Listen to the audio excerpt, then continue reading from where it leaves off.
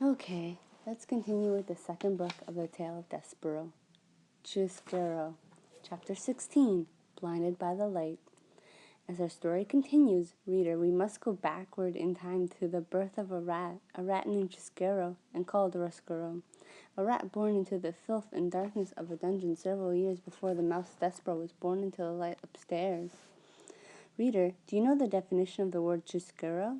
If you look in your dictionary, you'll find that it means the arrangement of light and darkness and light together. Rats do not care for light. Despereaux's parents were having a bit of fun when they named their son. Rats have a sense of humor. Rats, in fact, think that life is very funny. And they are right, reader. They are right. In the case of Despereaux, however, the joke had a hint of prophecy to it, for it happened that when Despereaux was a very young rat, he came upon a great length of rope on the dungeon floor. "Ah, what have we here?" said Despereaux. Being a rat, he immediately began to nibble at the rope.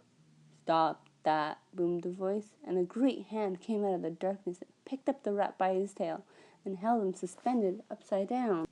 "Were you nibbling on Gregory's rope, rat?" "Who wants to know?" said Despereaux, for even upside down he was still a rat. You smart alecky rat, nibbling on Gregory's rope. Gregory will teach you to mess with his rope."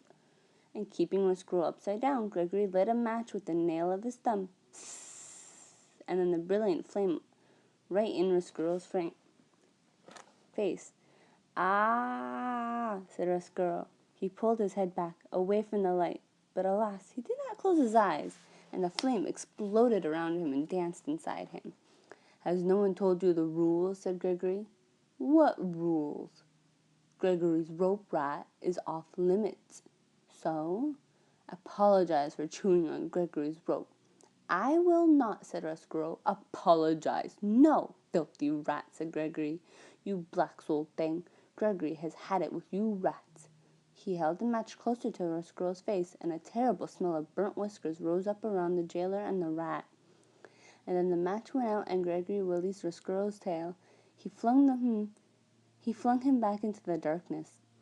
"Do not ever touch Gregory's rope again, or you will be sorry." Despereaux sat on the dungeon floor. The whiskers of his left side of his face were gone. His heart was beating hard, and though the light from the match had disappeared, it danced still before the rat's eyes even when he closed them. "Light," he said out loud, and then he whispered the word again. "Light." From that moment forward, Despereaux showed an abnormal, inordinate interest in illumination of the sorts. He was always, in the darkest darkness of the dungeon, on the lookout for light, the smallest glimmer, the tiniest shimmer. His rat soul longed inexplicably for it, and he began to think that light was the only thing that gave life meaning, and he despaired that there was so little of it to be had. He finally voiced this sentiment to his friend, a very old one-eared rat named Botticelli Rimorso. "I think," said Despereaux, "that the meaning of life is light." "Light," said Botticelli. "Ha ha ha ha, you kill me. Light has nothing to do with it." "What does it all mean, then?" said Despereaux. "The meaning of life," said Botticelli, "is suffering, especially the suffering of others, prisoners, for instance. Reducing a prisoner to weeping and wailing and begging is a delightful way to invest your existence with meaning." As he spoke, Botticelli swung from the one extraordinary long nail of his right front paw a heart-shaped locket. He had taken the locket from a prisoner and hung it on a thin braided rope. Whenever Botticelli spoke, the locket moved. Back and forth it swung. "Are you listening?" Botticelli said to Despereaux. "I am listening." "Good," said Botticelli. "Do as I say, and your life will be full of meaning. This is how to torture a prisoner. First, you must convince him that you are a friend. Listen to him, encourage him to confess his sins, and when the time is right, talk to him. Tell him what he wants to hear. Tell him, for instance, that you will forgive him. This is a wonderful joke to play upon a prisoner, to promise forgiveness." "Why?" said Despereaux. His eyes went back and forth, following the locket. "Because," said Botticelli, "you will promise it, ha, but you will not grant it. You gain his trust, and then you deny him. You refuse to offer the very thing he wants. Forgiveness, freedom, friendship, whatever it is that his heart most desires, you withhold. At this point in his lecture, Botticelli laughed so hard that he had to sit down and catch his breath. The locket swayed slowly back and forth, then stopped altogether. "Ha!" said Botticelli. "Ha ha ha ha ha! You gain his trust, you refuse him, and ha ha! You become what he knew you were all along.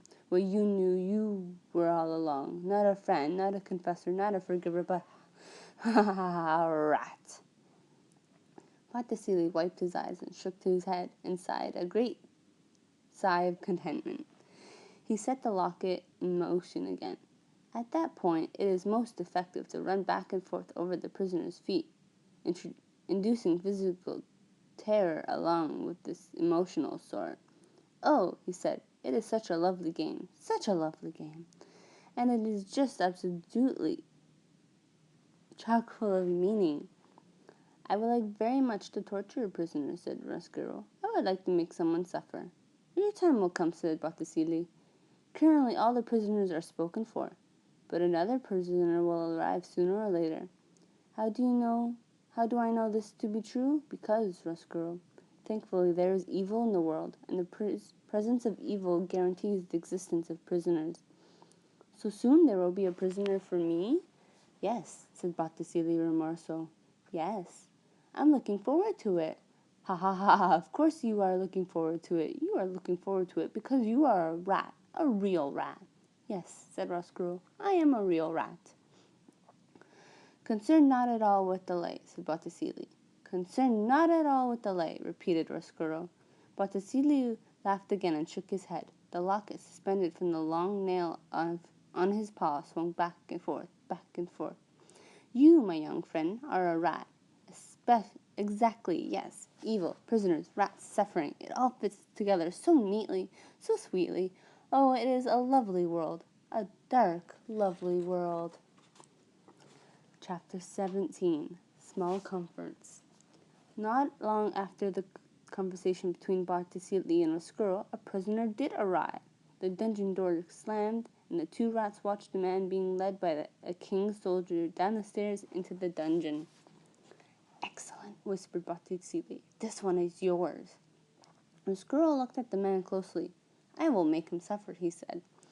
But as he stared up at the man, the door to the dungeon was suddenly flung open, and a thick and brilliant shaft of afternoon light cut into the dark of the dungeon. "Ah!" said Botticelli. He covered his eyes with one paw. Roscuro, however, stared directly into the light. Reader, this is important. The rat, called Chiaroscuro, did not look away. He let the light from the upstairs world enter him and fill him. He gasped out loud with the wonder of it. "Give him his small comfort," shouted a voice at the top of the stairs, and a red cloth was thrown into the light. The cloth hung suspended for a moment, bright red and glowing, and then the doors were slammed shut again, and the light disappeared, and the cloth fell to the floor. It was Gregory the jailer who bent to pick it up. "Go on," said the old man as he held out the cloth to the prisoner. "Take it. You'll need every last bit of warmth down here." So the prisoner took the cloth and draped it around his shoulders as if it were a cloak. And the soldier of the king said, "Right then, Gregory, he's all yours." And the soldier turned and went back up the stairs and opened the door to the outside world, and some small light leaked in before he closed the door behind him. "Did you see that?" said Roscuro to Botticelli. "Hideously ugly," said Botticelli. "Ridiculous. What can they possibly mean by letting in all that light at once? Don't they know this is a dungeon?" "It was beautiful," said Roscuro. "No," said Botticelli. "No." He looked at Roscuro intently. "Not beautiful, no." "I must see more light. I must see all of it," said Roscuro. "I must go upstairs." Botticelli sighed. "Who cares about the light? Your obsession with it is tiresome. Listen. We are rats. Rats. We do not like light. We are about darkness. We are about suffering." "But," said Roscuro, "upstairs." "No but," said Botticelli. "No buts? None. Rats do not go upstairs. Upstairs is the domain of mice. He took the locket from around his neck.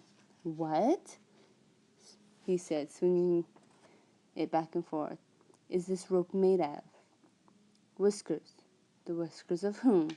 "Mice." "Exactly. And who lives upstairs?" "Mice." "Exactly, mice." Botticelli turned his head and spat on the floor. "Mice are nothing but little packages of blood and bones, afraid of everything.